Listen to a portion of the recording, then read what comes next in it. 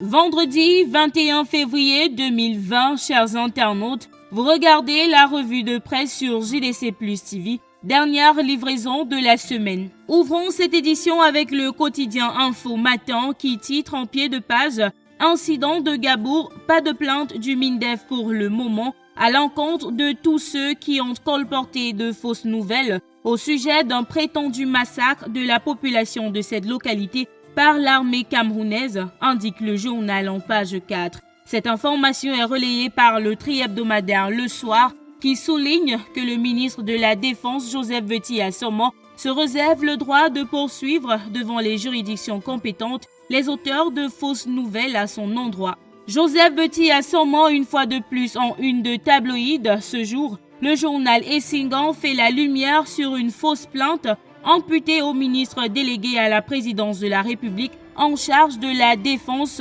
contre Maurice Kamto, Akeremouna et Agbor Bala, d'où son titre s'éraille « Jeu de massacre contre le MINDEF ». À côté de cela, le journal fait des révélations sur les pontes du régime, membres du gouvernement qui seraient en guerre contre Joseph Veti Assoman pour le contrôle du ministère de la Défense. Retrouvez les détails en page 3 du journal Essingan, paru en kiosque ce vendredi 21 février 2020.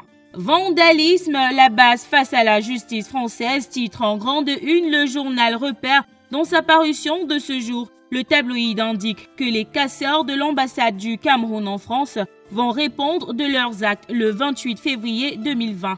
Les détails sur ceux qui seront jugés par la justice française en page 5 de Repère. Prenons le quotidien Mutation pour parler une fois de plus de l'incident de Gabour. Le journal titre « Surenchère contre esquive ». Face à l'indignation et aux tentatives de récupération, le gouvernement se défend sans donner assez de gages sur sa volonté d'aller au-delà du grand dialogue national. Pour plus de détails, lisez le dossier de la rédaction en pages 8 à 9.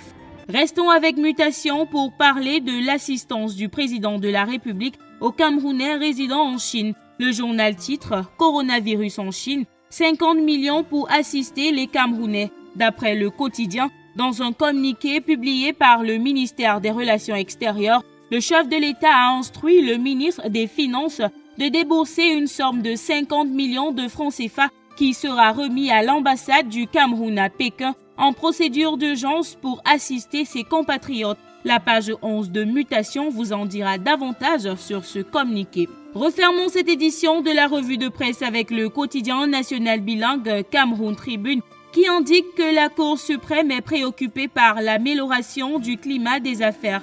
À l'ouverture de l'audience solennelle de rentrée de la haute juridiction hier jeudi 20 février à Yaoundé, son premier président Daniel Mekobe-Sonnet aurait relevé les insuffisances des moyens de paiement actuellement utilisés dans les transactions financières ainsi que les méfaits du non-remboursement des crédits sur le fonctionnement des établissements financiers. La suite, c'est à retrouver en page 2 de Cameroun Tribune, paru en kiosque ce 21 février 2020. Et voilà qui vient mettre un terme à cette édition de la revue de presse sur JDC Plus TV. De votre attention, merci. À lundi.